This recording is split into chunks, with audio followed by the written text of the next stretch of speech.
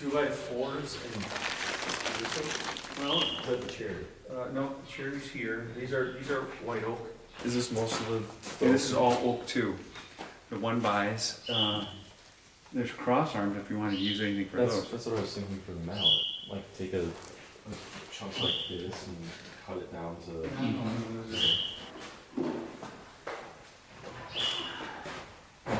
Come on, Coop.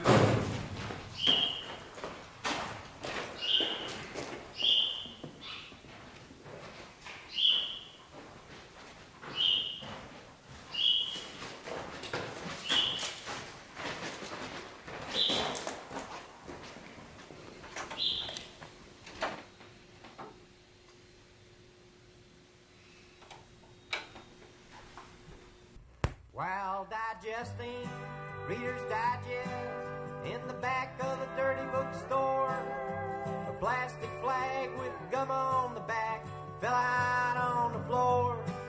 Well, I picked it up and I ran outside, slapped it on my window shield. And if I could see old Betsy Ross, I'd tell her how good I feel. But your flag decal won't get you into heaven anymore. They're already overcrowded from your dirty little war. Now Jesus don't like killing, no matter what the reasons for. So much of woodworking is part of planning, beginning the process before it's there. But as soon as you want to create something, you have to step into a room where nothing's afraid to kill you. And you have to stare. You have to stare at what you've chosen, at what it'll become. The first two parts of the process are the longest and most arduous. Joining, which features a blade that spins at thousands of RPMs. This process will take the edge of a board and make it flat, so that you could take two boards, put them together, and it would create a perfect seal. The second most arduous part, and one of the loudest, is planing. You'll see here that I'm just doing the first couple of passes where you get the piece of wood to push between this top half and a few hundred blades at the bottom. But eventually, this process, although boring, time-consuming, ear-splitting, will leave you with a topography flat and white, devoid of its original color, but ready to morph into something more beautiful. The first project that I wanted to attempt for this was a mallet. In woodworking, you always need a mallet to tap things into place, to mostly tap things into place. If I scrounged up an axe handle from the axe bar down by Kenilworth, and a few pieces of wood, cut them to length, put them together with some glue and dowels, and then started honing out the center.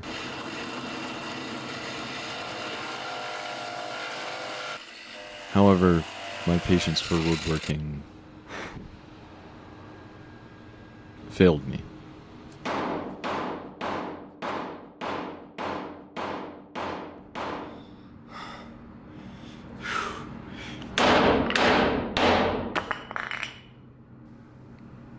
And I failed.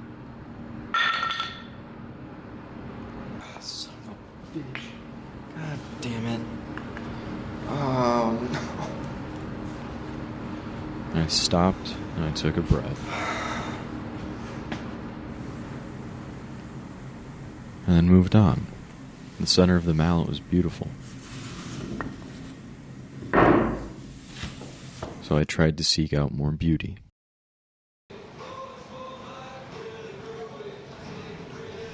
I had to start the process all over again.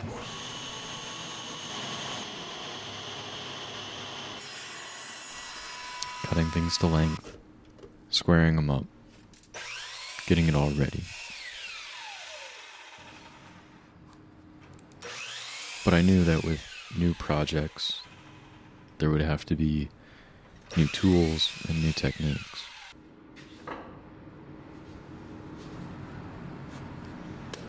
there would have to be more time to stare.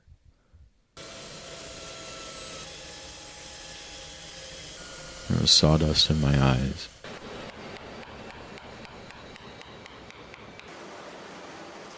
My arms and hands got tired. I always got close.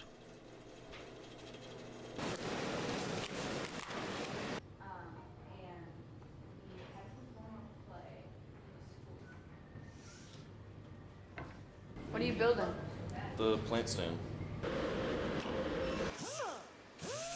I made some of the same old mistakes, but I still tried to fix them.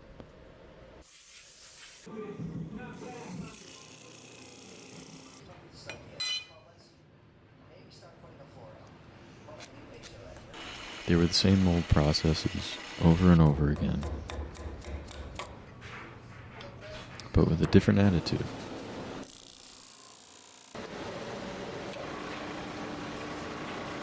It's like I came back into the shop and I looked at everything completely differently. When I knew that something was going to leave me, and the little elephants, and the cutting board, and the slate, the plant stand isn't even mine, it's my plants.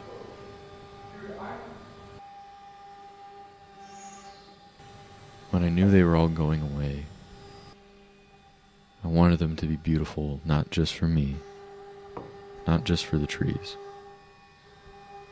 but for them too.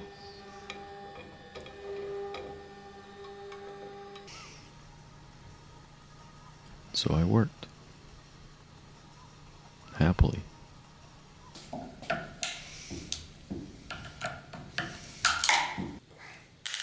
I spent around 131 hours minimum in overalls making these projects.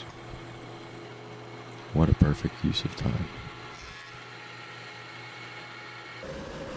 I worked with more attention, with more detail.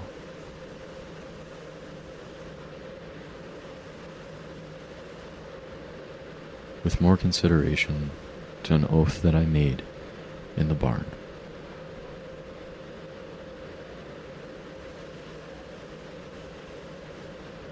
When you pick up that first board, that first one that's going to go,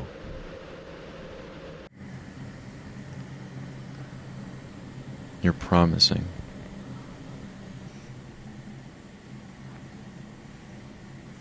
that it will outlive you.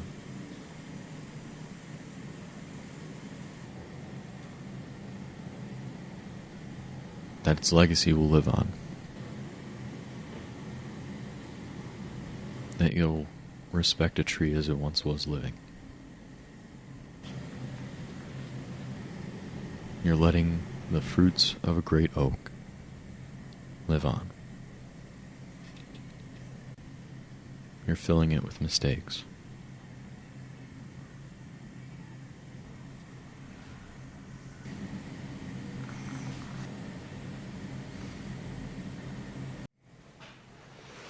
You're paying tribute to the history it already has.